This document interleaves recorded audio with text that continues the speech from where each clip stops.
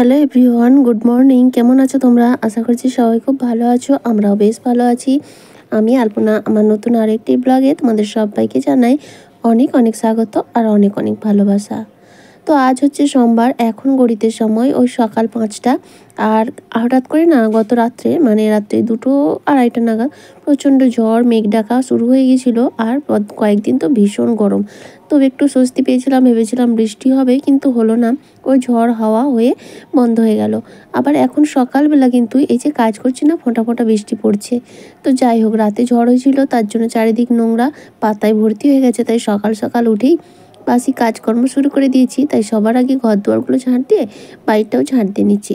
তো চলো বন্ধুরা, আজকে এখন থেকেই তোমাদেরকে সাথে নিয়ে আজকের ভিডিও শুরু করছি। গতকাল তোমাদের সঙ্গে কোনো ভিডিও শেয়ার করতে পারিনি, কারণ কি বলতো, আগের দিন ভিডিও সেইভাবে করতে পারিনি। মানে এত গরম না, কোনো কাজই সেইভাবে করতে ইচ্ছা করছিল না, আর শরীরটা ভীষণ ক্লান্ত লাগছিল। তবে 2-1টা ক্লিপ করে রেখেছিলাম, তো তার মধ্যে একটা ক্লিপ তোমাদের সঙ্গে আজকে শেয়ার করব। ওই আমাদের তো কয়েকদিন অসুখ চলছিল, তোমরা জানো। তো সেই জন্য মানে ঠাকুর রাখার জায়গাটা পরিষ্কার করেছিলাম। তো গরমে কোনো কাজই করতে ইচ্ছা করছিল না, কোনো রকম তাড়াতাড়ি রান্নাবান্না করে শুধু ফ্যানের তলা বসেছিল, এত অসহ্য গরম। তো সেই জন্য আর ভালো লাগছিল না, তাই ভাবলাম ভিডিও আর করব না। তো যাই হোক, আজকে আবার সকাল থেকে শুরু করলাম। তো এই যে দেখো, তো এত পাতা ভর্তি হয়ে গেছে, চারিদিকটা পরিষ্কার করে ঝাড় দিতে কিন্তু আমার অনেকটাই সময় লেগে গেল। আর আজকে সোমবার, বুদ্ধ পূর্ণিমা, মেয়ের তো স্কুলে ছুটি রয়েছে, ও সকালে টিউশন যাবে। তো সেই জন্য ঝাঁটপাটগুলো দিয়ে তারপরে ডাকবো। এখন তো বাজে 5টা 10-15 মতো, তো অনেকটাই দেরি আছে, 6টার দিকে টিউশন যাবে। তাই ভাবলাম আগে কাজগুলো সেরে নিই। তো তারপরে চলে আসলাম রান্নাঘরে, কয়েকটা বাসন আছে মাজবো, কিন্তু রান্নাঘরে আসলাম। আজকে যেহেতু পূর্ণিমা আর আমার যেহেতু গ্যাসে রান্না হয়, গতকাল রবিবার ছিল, একটু মাংস রান্না হয়েছিল। তো সেই জন্য না গ্যাসটাকে ভালো করে আগে সাবান দিয়ে ভালো করে মুছে নিচ্ছি পরিষ্কার করে। উনুন হলে তো নাতা দিয়ে দিলেই হয়ে যায়, কিন্তু গ্যাস আর বাইরে নিয়ে গিয়ে ধুতে পারি না। আজকে পেঁয়াজ রসুন রান্না হবে না, মাছ খাওয়া যায় কিন্তু পেঁয়াজ রসুন রান্না হয় না। তো যাই হোক, সেই এমনিতেও গ্যাসটা প্রত্যেক দিনই মুছি, তবে যেহেতু আজকে পূর্ণিমা, কালকে যেহেতু মাংস হয়েছিল, সেই জন্য ভালো করে সাবান দিয়ে পরিষ্কার করে নিলাম। তারপরে ভালো করে একটা শুকনো কাপড় দিয়ে মুছে নিচ্ছি। এবার বাসনগুলো মেজে নেব, আর তারপর মেয়েকে ডেকে ওকে ব্রাশ করিয়ে খাইয়ে দাইয়ে টিউশন পাঠিয়ে বাকি যে কাজকর্মগুলো আছে তো সেগুলো করব। মাঝে অনেকটা সময় চলে গেছে, ওদিকে মেয়েকে রেডি করে টিউশনে পাঠিয়ে দিয়েছি, আর তারপরে যে ঘরদোরগুলো ঝাড় দিয়ে নিচ্ছি। তো ওদিকে ঠাকুরের জায়গাটা দিয়ে দিয়েছি, পুরো ঘরটাই নাতা। আর এখন পুরো দুয়ারটা দিয়ে নিচ্ছি। যেহেতু আজকে পূর্ণিমা, তাই জন্য আবার কালকে রাতে যেহেতু ঝড় হয়েছিল, ধুলোবালি উড়ছিল, ঝাড় দিলেও না মোটেও ধুলো যেতে চায় না, একটু নাতা দিলে বেশ ভালোই লাগে। তো সেই জন্যই গোটা ঘর দুয়ারটাই দিয়ে নিচ্ছি। তবে আমাদের বেডরুমটা কিন্তু দেবো না, তাই গেটের সামনে একটুখানি দিয়ে নিলাম, আর তারপর এখন দুয়ারটা দিয়ে নিচ্ছি। ভীষণ গরম লাগছে, তবে এখন যে ফোঁটা ফোঁটা বৃষ্টি হচ্ছিলো, মেঘলা মেঘলা ওয়েদার, ভেবে ভালোই লাগছিল। কিন্তু একটু বেলার দিকে ওই 9টা নাগাদ যে কীরকম রোদ বেরিয়েছিল, সে কি বলার বিষয়। মানে 8টার দিকেও বৃষ্টি শুরু হয়ে গেছিলো, ভাবলাম বৃষ্টি হবে, একটু আনন্দই লাগছিল, কারণ এই গরম আর সহ্য করা যাচ্ছে না। কিন্তু সেটা আর হলো না, তো কী আর করা যাবে। এখনও কিন্তু ওয়েদারটা বেশ মেঘলা, ওই 8টা নাগাদ মেঘলা ছিল, আর তারপরে জানোই তো মেঘলা রোদ কীরকম হয়, সেই রকমই। তো অনেকেই কমেন্ট করছো যে আমাদের এখানে বৃষ্টি নেই, আবার অনেকের ভিডিও দেখছি তাদের ওখানে বেশ বৃষ্টি হচ্ছে। তো যেখানে বৃষ্টি হচ্ছে খুব ভালো, কারণ কি আরাম লাগছে, এত গরম সহ্য করা যাচ্ছে না। তবে কি আবার সবটাই তো আমাদের মানে বেশি দিন সহ্য হয় না। আবার বৃষ্টি যদি 2 দিন পর পর হয়ে যায়, তখন মনে হয় ধুর, এত বৃষ্টি হচ্ছে, ভালো লাগে না। কী আর করা যাবে, এতে বাঙালির এরকমই কথা আছে না, বাঙালি তাতেও সয় না আর ভাতেও সয় না। তো যাই হোক, তারপরে কাজকর্ম কমপ্লিট করে ফ্রেশ হয়ে চলে আসলাম রান্নাঘরে, এসে একটু চা বানিয়ে নিচ্ছি, আর এদিকে দুধটাও বসিয়ে নিচ্ছি। আর তোমাদের দাদাভাই আজকে সোমবার হাট গেছে, তো সেই জন্য নিজের জন্য 1 কাপ চা বানিয়ে নিচ্ছি। চাটা এখন সেভাবে খাওয়া হয় না, ওই একবেলা একটু মনে হলে খাই। আর যেহেতু আজকে সকালটা ঠান্ডা ঠান্ডা ওয়েদার আছে, সেই জন্যই করে নিলাম। আমার আগের দিনের ভিডিওতে যারা কমেন্ট করেছো তারা হলো ছোট্ট পরিবার, মামনি বাগদি, জয়া রায়চৌধুরী এবং রয়েছে শম্পা সাহা। তো শম্পা সাহা দিদিভাই বলেছে আমাদের এখানেও একটু বৃষ্টি নেই। হ্যাঁ গো, আমাদের এখানেও প্রায় 1 সপ্তাহ বেশি হয়ে গেল কোনো বৃষ্টি হচ্ছে না। আর জয়া রায়চৌধুরী, তুমি কেমন আছো দিদিভাই? অনেকদিন পরে কিন্তু কমেন্ট করলে, কেমন আছো অবশ্যই জানিও। তারপরে দেখো, তোমাদের দাদাভাই হাট থেকে চলে এসছে, আর এই যে আজকে হাট থেকে কিছু সবজি এনেছে, সবজিগুলো গুছিয়ে নিয়েছি। আর তারপরে এই যে আজকে চিংড়ি মাছ এনেছে আর একটু মাছের ডিম এনেছে, তো সেগুলো এখন ভালো করে পরিষ্কার করে ধুয়ে নেবো। মাছের ডিমটা বেশ পরিষ্কারই আছে, তবে একটু জল দিয়ে ভালো করে ধুয়ে নেবো, আর চিংড়ি মাছগুলো বেছে পরিষ্কার করে নেব। তো কি রান্না করব সেটাই বলছি। মাছটা ভাজতে ভাজতে চিংড়ি মাছ নিলে কি হবে, পটল এনেছে, তো পটল চিংড়ি হবে না কি হবে দেখা যাক। তো এখন তো মাছগুলো বেছেই নিই। আর হচ্ছে তারপরে আবার শেষে রান্না করলাম পটল চিংড়ি নয়, এমনি পটল দিয়ে আলু দিয়ে ঝোল করেছিলাম নিরামিষ। আর তোমাদের দাদাভাই বড় চিংড়ি মাছের পোস্ত, তো সেই জন্য চিংড়ি মাছের পোস্ত করেছিলাম আর মাছের ডিমটার বড়া বানিয়েছিলাম। তো আজ যেহেতু পূর্ণিমা, পেঁয়াজ ছাড়াই শুধু কাঁচা লঙ্কা দিয়ে বড়াটা বানিয়েছিলাম। তো যাই হোক, তারপরে মাছটা বেছে ধুয়ে পরিষ্কার করে চলে আসলাম ঘরে। অনেক দিন যাবৎ ঘরটা পরিষ্কার করা হয়নি, তাই জামা কাপড়গুলো নামিয়ে নিয়েছি। আর আলনাটা এখন সুন্দর করে মুছে নেব। তারপর জামা কাপড়গুলো আবার ভাঁজ করে জায়গা মতো গুছিয়ে রাখবো। এগুলো যদি রেগুলার করা হয় না, তাহলে কম পরিশ্রমেই কিন্তু ঘর বাড়ি পরিষ্কার থাকে। মানে রেগুলার আর জামা কাপড় নামিয়ে করতে হয় না। প্রত্যেক দিন যদি হালকা হাতে সমস্ত ফার্নিচারগুলো একটু ডাস্টিং ক্লিনিং করা যায়, তাহলে কিন্তু মানে আমাদের যে ডিপ ক্লিনিংয়ের ব্যাপারটা সেটা কিন্তু থাকে না। তবে ওই যদি ভাবি যে এক সপ্তাহ পরে পরে করব, তখনই কিন্তু অনেকটা চাপা পড়ে যায়। এমন হয় না যে প্রত্যেক দিনের কাজ প্রত্যেক দিন যদি করে নেওয়া যায় চাপটা কম হয়, কিন্তু সব জমিয়ে জমিয়ে যদি এক সপ্তাহের কাজ একদিনে করা হয়, তখন তো চাপ বেশি হবেই, তাই না? তো আমি চেষ্টা করি প্রত্যেক দিনের করার মতো। তো আগে আগে না এরকম করতাম না, আগে আগে 15 দিন 1 মাস এরকম পরে পরে করতাম। তখন কি হতো, আমাকে প্রায় ডিপ ক্লিনিংয়ের মতোই করতে হতো, মানে যখন ভিডিও বানাতাম না আর কি তখন। তারপরে এই ভিডিও দেখেই আইডিয়াটা পেয়েছি, না সত্যিই তো প্রত্যেকদিন যদি একটু কষ্ট করে হাতে 10 থেকে 15 মিনিট সময় নেওয়া যায়, বেশি তো কিছু নেই ঘরে, তো সেগুলো যদি একটু 10-15 মিনিট হাতে সময় নিয়ে করা যায়, তাহলে কিন্তু পরিশ্রমটা অনেক কম হয়। মানে প্রত্যেক দিনের 10-15 মিনিট কিন্তু আমাকে একদিনের সারাদিনের কাজ কমিয়ে দেয়, তাই না? তো যাই হোক, গল্পে গল্পে দেখো আলনাটা মোছা হয়ে গেল। এখন দেখো এই যে এতগুলো জামা কাপড় সুন্দর করে ভাঁজ করে আলনায় গুছিয়ে নেব। এমনিতেই তো কথাই আছে না, সবাই তো আর সব কিছু জানে না, বা মায়ের পেট থেকেও কেউ শিখে আসে না। যত দিন যায় তত অভিজ্ঞতা বাড়ে, আর প্রত্যেক দিন আমাদের শিখতে হয়, মানে আমাদের শেখার কোনো শেষ নেই। যতদিন বেঁচে থাকবো, মানে চোখ বন্ধ যতক্ষণ না হবে ততক্ষণ কিন্তু আমাদের শিখে যেতেই হবে। কেউ বলতে পারবে না আমি কিন্তু সব জানি। হ্যাঁ, প্রত্যেকটা মানুষই আছে কেউ না কেউ কোনো দিক দিয়ে বিশেষ পারদর্শী, কিন্তু সব কিছু তার পক্ষে জানা সম্ভব নয়। যেমন ধরো, এমন অনেক মানুষ আছে প্রচুর শিক্ষিত, কিন্তু ডাক্তারের একটা প্রেসক্রিপশন দিলে পড়ে বলতে পারবে না কোন ওষুধটা কতবার খেতে হয়।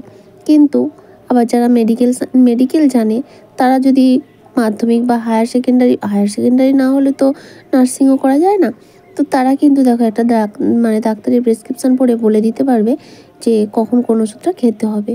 তো সেই রকম আর কি। ধরো একটা মানে পড়াশোনা জানে না সেরকম মানুষ, তাকে যদি বলে সংসারের খুঁটিনাটি, ধান সিদ্ধ, মুড়ি ভাজা, হয়তো অনেকেই আছে পারবে, কিন্তু আমি আবার সেটা পারবো না। তো সেই জন্যই বলছি, সবাই তো সব বিষয়ে পারদর্শী হয় না, প্রত্যেকটা মানুষকে সেটা শিখতে হয়। হ্যাঁ, তবে পারবো না বলে এমন কিন্তু হয় না, মানুষ চেষ্টা করলে সবটাই পারে। আজকে পারিনি, কালকে দেখে চেষ্টা করলে অবশ্যই পারতে পারবো, তাই না? এরকম, সেই কারণেই বললাম আর কি, শেখার কোনো শেষ নেই, আমাদের সারা জীবনই শিখেই যেতে হবে। তো যাই হোক, দেখো আলনাটা সুন্দর করে এখন গুছিয়ে নিচ্ছি, যে কটা জামা কাপড়গুলো আছে। আর কিছু জামা কাপড় কেচে দিয়েছি, সেগুলো বাইরে মেলে দিয়েছি। কাচা তো আমার প্রত্যেক দিনই রয়েছে, এটা তোমরা জানোই। মানে প্রত্যেক দিন কাচতেই হবে, সকালে একবার, আবার দুপুরেও মোটামুটি 2-1টা থেকে যায়। তো যাই হোক, চলো জামা কাপড়গুলো চটপট গুছিয়ে নিই, আবার ভাবছি তাড়াতাড়ি রান্নাটা করে নেব। কারণ বেলার দিকে না এত গরম লাগে, রান্নাবান্না করতে ইচ্ছা করে না। এখন এত অলস লাগে আর কি, মানে কি বলবো, গরমের মধ্যে শুধু মনে হয় ফ্যানের তলায় বসি। এখন তো আর উনুনে রান্না করাই হয় না, কারণ এত গরম পড়েছে, আর উনুনের ধারে কাছে যেতেই ইচ্ছা করে না। সেই জন্য গ্যাসেই হচ্ছে সমস্তটা। আর দেখো এই যে মেয়ের জামা কাপড়ের অবস্থাটা, ঝুড়িটা অনেক দিন হয়ে গেল হাত দিইনি, তো আজকে ভাবলাম যেহেতু করছি, তাই সুন্দর করে এখন গুছিয়ে নিচ্ছি। আর বেডশিটটা আজকে চেঞ্জ করব। কারণ কি, এত গরম পড়েছে, দুপুরবেলা আমরা মা মেয়ে কিন্তু এই ঘরে এসেই রেস্ট নেই। এই ঘরটা তুলনামূলক একটু ঠান্ডা, তবে ঠান্ডা বলতে পারবো না, মানে সেই ঘরের তুলনায় একটু ঠান্ডা, হয়তো সেই ঘরে টিভি চলে, লাইট জ্বলে সব সময়, আর সেই ঘরে একটু জিনিসপত্র বেশিই থাকে। তবে ঘর যত খোলামেলা হবে, হাওয়া বাতাস খেলবে, তত কিন্তু ভালোই হবে, মানে ঠান্ডা থাকবে, এই গরমের পক্ষে ভীষণ ভালো।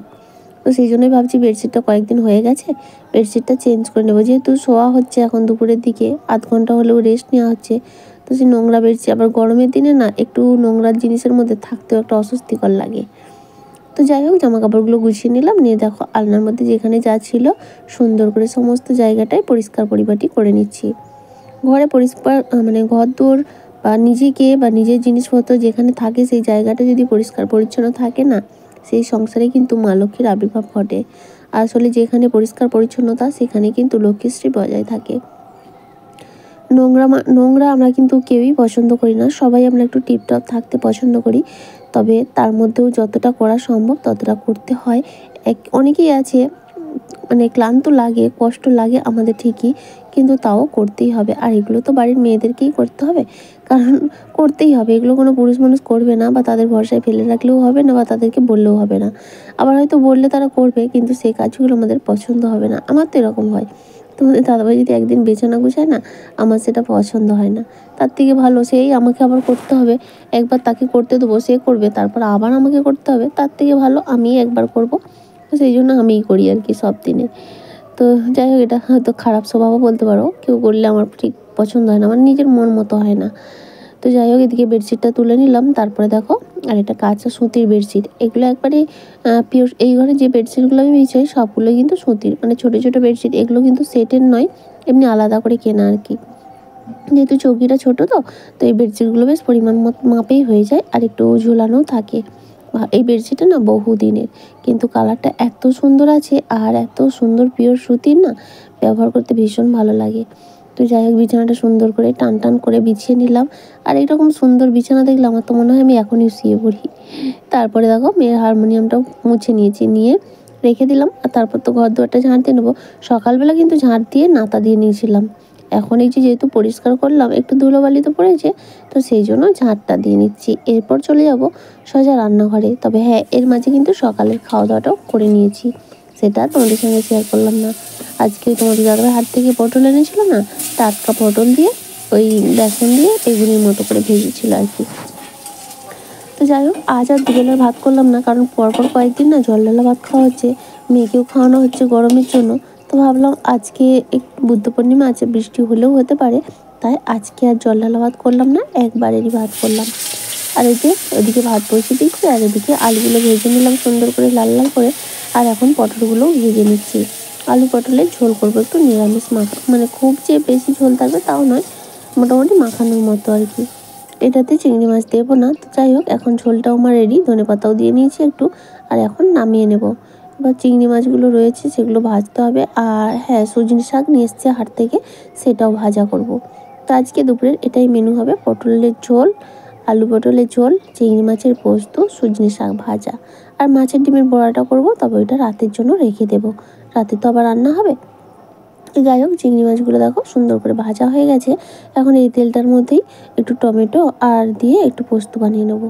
তো ঝোলটা রেডি হয়ে গেছে, এখন ভাজা মাছগুলো দিয়ে নিলাম। তারপরে দেখো, চিংড়ি মাছের পোস্তটাও আমার রেডি।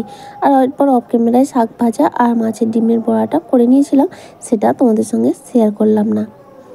তারপরে দেখো, এটা হচ্ছে আমার আগের দিনের ভিডিও, বলেছিলাম না আগের দিনের এই একটি ভিডিও করতে পেরেছিলাম, মানে এত গরমের ভালো লাগছিল না। তো যাই হোক, এই যে ঠাকুরের জায়গাটা, ঠাকুরগুলোকে সমস্ত সরিয়ে আগেই মুছে নিয়েছিলাম অফ ক্যামেরায়। তারপরে এই জায়গাটা ভালো করে ঝেড়ে নাতাও দিয়ে নিয়েছি, মানে দেয়ালটারে সমস্তটা পরিষ্কার পরিপাটি করে নিয়েছি একেবারে, যেহেতু অসুখ চলছিল। তারপরে একটা যেন পরিষ্কার না করলে কেমন খুঁতখুঁতানি ভাব থাকে। আর এই যে কাপড়গুলো, এগুলোও কেচে শুকনো করে নিয়েছিলাম। আর এই ঝুড়িটাকেও কিন্তু সুন্দর করে সার্ফ দিয়ে ধুয়ে নিয়েছিলাম। তো যাই হোক, ঠাকুরগুলো সুন্দর করে গুছিয়ে নিয়েছি।